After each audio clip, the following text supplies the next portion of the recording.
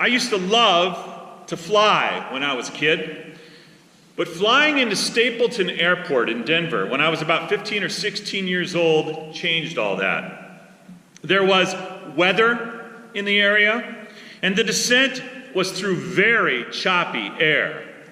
Then, about 100 feet off the ground, and as we were just about to touch down on the runway, a wind shear blew the plane sideways, just like that.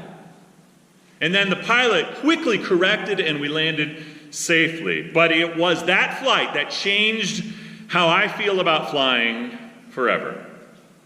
Where before I had no problem trusting the pilot, the air crew, the air traffic controllers, the mechanics, and everyone who built the planes, no more. Of course, 9/11 didn't help either. And then the news this past week about Boeing 737 certainly doesn't help. And then last week I read a story of a man who was flying, and he's sitting in the back row of the plane all by himself, and he was earnestly flapping his wings in the back of the plane. And the flight attendant comes along and says, "What in the world are you doing?" He said, "I'm helping the plane get off the ground." And she said, "You really don't need to do that." He shot back, "Yes, I do. I'm committed to making this work." And she said, "Trust me. You can just sit back and relax. This plane will take off without your help." "No," he protested. "I've got to help the pilot get this plane off the ground." Well, after a time, planes in the air, his arms started to get tired until he couldn't flap anymore. And guess what? The plane stayed in the air. There comes a time in our lives when we have to stop trying and we have to start trusting. And that's our truth for today. Stop trying and start trusting. In this series of messages from the book of Exodus, called "Let My People Go," we finally reach the point where the people get to go. Pharaoh lets God's people go. But then it dawns on Pharaoh, he just ruined Egypt's economy. The only logical thing to do now is to go back and get the slaves. So the ancient world's most powerful enemy and most powerful army is now chasing after Israel. So what is God teaching us through these exciting events in Exodus 14? Stop trying and start trusting. Moses had been following God, and God had been leading them to where they did not know, but it was away from Egypt.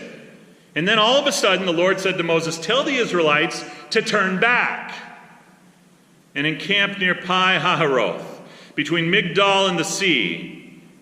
They are to encamp by the sea directly opposite Baal-Zephon." This is one of the most alarming commands in the Bible. The Israelites have just left Egypt, and then God tells them to turn back. Are you kidding me? Freedom is out of Egypt, and now God is telling his people to turn back towards Egypt? Why does God do that? Because he wants Israel to stop trying and start trusting. He doesn't want them to ever think that they can save themselves all on their own. And you've been there, haven't you? With your back against the wall, with your dreams crushed, with your broken heart in your hand. We say, "God, it was going so good. What's the deal?" Oh, we've been there.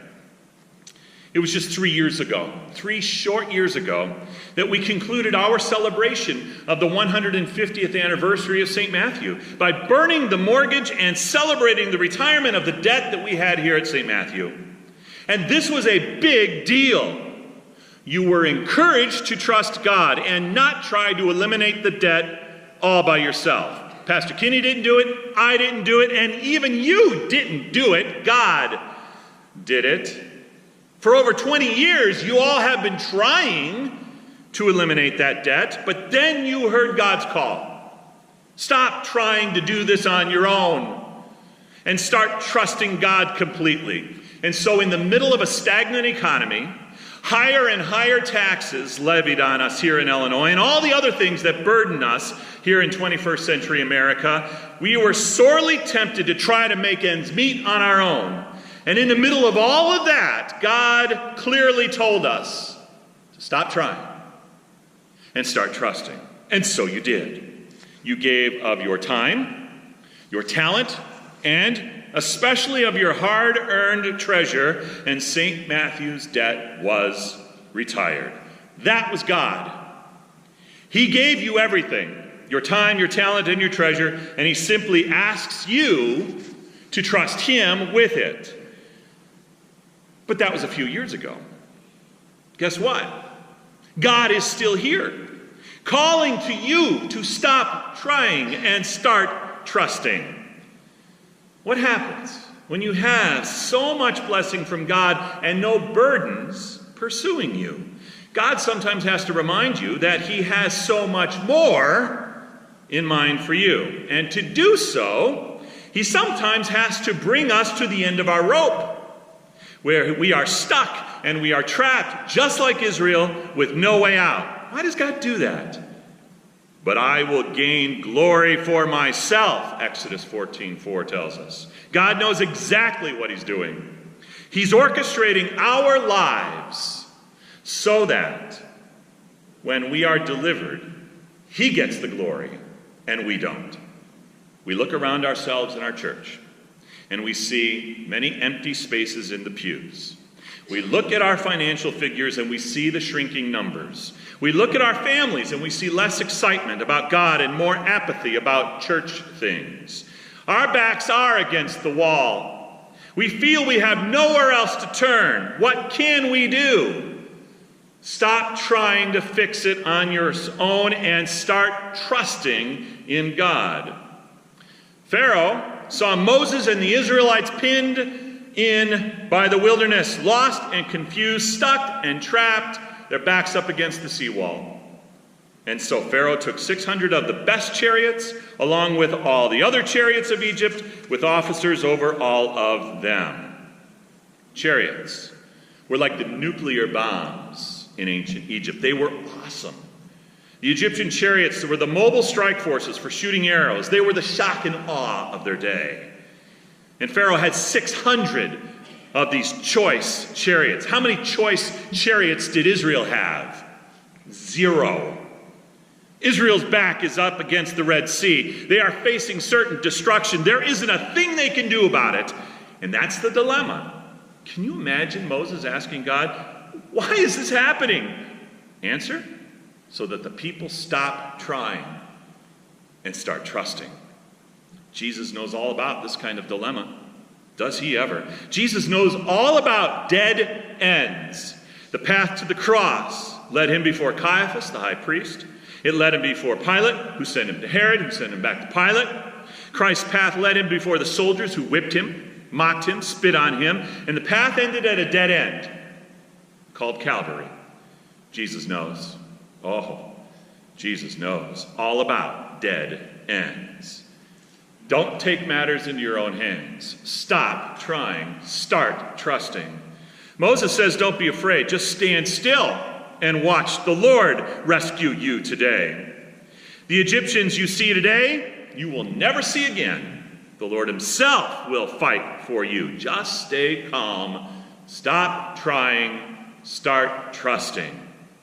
Which means we can stop flapping our arms.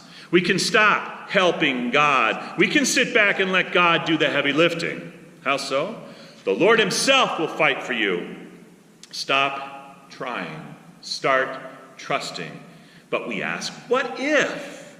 What if I lose my job? What if my wife's cancer returns? What if my boyfriend dumps me? What if one of my children is in an accident or is paralyzed or worse, is killed? God's decree calls us to replace all those what ifs and all the other ones we can come up with his word. Trust me. The Israelites, with their backs literally against the sea wall, watched Egypt's army bear down on them with the sun setting behind the army. All night long, the pillar of fire stops the Egyptian army. But with their focus on the fire stop to the west, they miss what's happening to the east. Just before sunrise, pillar of fire disappears. Nothing can stop Pharaoh now. But then the sun rises behind them. And Israel turns to the east, and there it is, one of the greatest scenes in all the Bible. Moses had lifted his staff all night long, and God had parted the Red Sea so Israel could walk through on dry ground. Stop trying. Start trusting. But Pharaoh and his army follow. All that day and all the next night, Israel, all 2 million plus of them, crossed the Red Sea on dry ground, but with Egypt right on their heels. But after the last Israelite climbs the western shoreline, the Red Sea comes crashing down on Egypt.